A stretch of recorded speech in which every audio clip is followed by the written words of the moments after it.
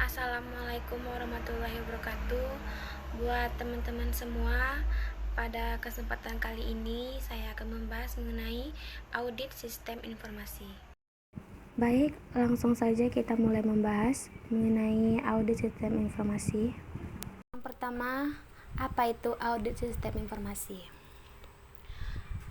Pengertiannya adalah proses mengumpulkan data dan mengevaluasi fakta untuk memutuskan apakah sistem komputer yang merupakan aset bagi perusahaan terlindungi, integritas data terpelihara, sesuai dengan tujuan organisasi untuk mencapai efektivitas dan efisiensi dalam penggunaan sumber daya.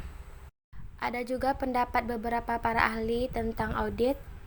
Yang pertama, menurut Ron Weiber, audit sistem informasi adalah proses pengumpulan dan penilaian bukti-bukti untuk menentukan apakah sistem komputer dapat mendorong pencapaian tujuan organisasi secara efektif dan menggunakan sumber daya secara efisien. Yang kedua, menurut Alvin Arens dan James K. Leckbeck, audit sistem informasi adalah pengumpulan dan evaluasi terhadap bukti untuk menentukan derajat kesesuaian antar informasi dan cerita yang telah ditetapkan. Jadi, audit sistem informasi berarti suatu evaluasi terhadap organisasi, sistem, proses, atau produk. Audit dilaksanakan oleh pihak yang kompeten, objektif, dan tidak memihak yang disebut auditor.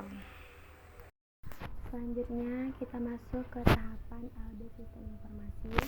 Yang pertama, perencanaan audit.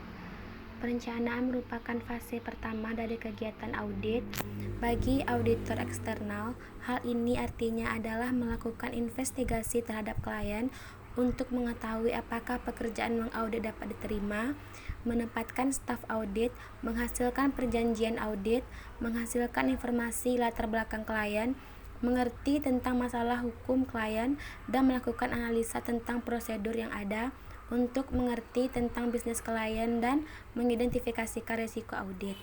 Yang kedua, pengujian pengendalian.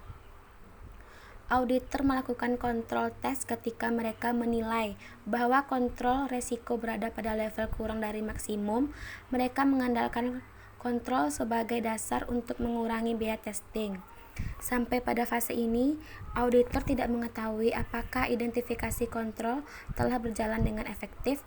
Oleh karena itu, diperlukan evaluasi yang spesifik. Yang ketiga, pengujian transaksi. Auditor menggunakan tes terhadap transaksi untuk mengevaluasi apakah kesalahan atau proses yang tidak biasa terjadi pada transaksi yang mengakibatkan kesalahan pencatatan material pada laporan keuangan. Yang keempat, pengujian keseimbangan dan keseluruhan hasil. Untuk mengetahui pendekatan yang digunakan pada fase ini, yang harus diperhatikan adalah pengamatan harta dan kesatuan data. Beberapa jenis substantif tes yang digunakan adalah konfirmasi piutang, perhitungan fisik persediaan, dan perhitungan ulang aktivitas tetap. Yang terakhir, penyelesaian pengakhiran audit. Pada fase akhir audit, eksternal audit akan menjalankan beberapa tes tambahan terhadap bukti yang ada agar dapat dijadikan laporan. Lingkup audit sistem informasi pada umumnya difokuskan kepada seluruh sumber daya sistem informasi yang ada, yaitu aplikasi, informasi, infrastruktur, dan personil. Selanjutnya, tujuan audit sistem informasi. Yang pertama, pengamanan aset. Aset informasi suatu perusahaan seperti perangkat keras hardware, perangkat lunak software, sumber daya manusia, file data harus dijaga oleh suatu sistem pengendalian intern yang baik agar tidak terjadi penyalahgunaan aset perusahaan. Yang kedua, menjaga integritas data. Integritas data adalah salah satu konsep dasar sistem informasi. Data memiliki atribut-atribut tertentu seperti kelengkapan, kebenaran, dan keakuratan. Jika integritas data tidak terpelihara, maka suatu perusahaan tidak akan lagi memiliki hasil atau laporan yang benar, bahkan perusahaan dapat menderita kerugian. Yang ketiga, efektivitas sistem. Efektivitas sistem informasi perusahaan memiliki peranan penting dalam proses pengambilan keputusan. Suatu sistem informasi dapat dikatakan efektif bila sistem informasi tersebut telah sesuai dengan kebutuhan user. Yang keempat, efisiensi sistem. Efisiensi sistem menjadi hal yang sangat penting ketika suatu komputer tidak lagi memiliki kapasitas yang memadai. Yang kelima, ekonomis. Ekonomis mencerminkan kalkulasi untuk rugi ekonomi yang lebih bersifat kuantifikasi nilai moneter tentang uang. Efisiensi berarti sumber daya minimum untuk mencapai hasil maksimal, sedangkan ekonomis lebih bersifat pertimbangan ekonomi. Selanjutnya kita masuk ke pembahasan jenis-jenis audit sistem informasi. Yang pertama, audit laporan keuangan adalah audit yang dilakukan untuk mengetahui tingkat kewajaran laporan keuangan yang disajikan oleh perusahaan.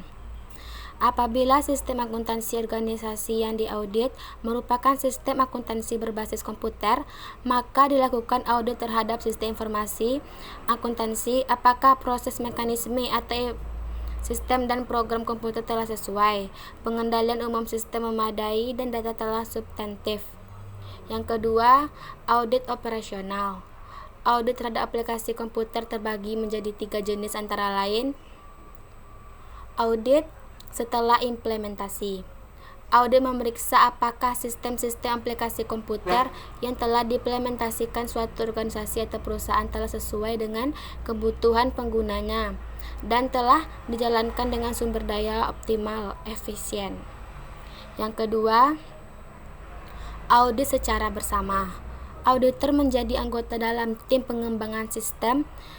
Mereka membantu tim untuk meningkatkan kualitas pengembangan sistem yang dibangun oleh para sistem analisis. Yang ketiga, audit secara bersama-sama. Audit mengevaluasi kinerja unit, fungsional atau fungsi sistem informasi. Apakah telah dikelola dengan baik? Apakah kontrol dalam pengembangan sistem secara keseluruhan sudah dilakukan dengan baik? Apakah sistem komputer telah dikelola dan dioperasikan dengan baik? Dalam mengaudit sistem komputer yang ada, audit ini dilakukan dengan mengevaluasi pengendalian umum dari sistem-sistem yang sudah diimplementasikan perusahaan tersebut secara keseluruhan. Selanjutnya, risiko audit sistem informasi. Yang pertama, risiko intern. Risiko yang mungkin timbul akibat karakter bawaan dari suatu transaksi. Yang kedua, risiko pengendalian. Risiko yang bisa timbul akibat kelemahan sistem pengendalian intern. Yang ketiga, risiko deteksi. Risiko yang bisa timbul akibat kegagalan auditor dalam mendeteksi adanya salah satu bersifat material dan penggelapan. Kesimpulan dari pembahasan kita pada hari ini, dari definisi atau pengertian, dapat diketahui bahwa audit adalah proses yang sistematis yang merupakan rangkaian langkah atau proses yang logis, berkerangka, dan terorganisasi dalam memeriksa dasar-dasar pernyataan, mengevaluasi secara bijaksana, secara independen, untuk menyatakan pendapatnya mengenai kesesuaian pernyataan tersebut dengan kriteria yang sudah ditetapkan dan menyampaikan hasilnya kepada pihak-pihak yang berkepentingan. Saya cukupkan sampai di sini pembahasan kita mengenai audit sistem informasi. Kalau ada kata-kata yang salah, saya mohon maaf. Assalamualaikum warahmatullahi wabarakatuh.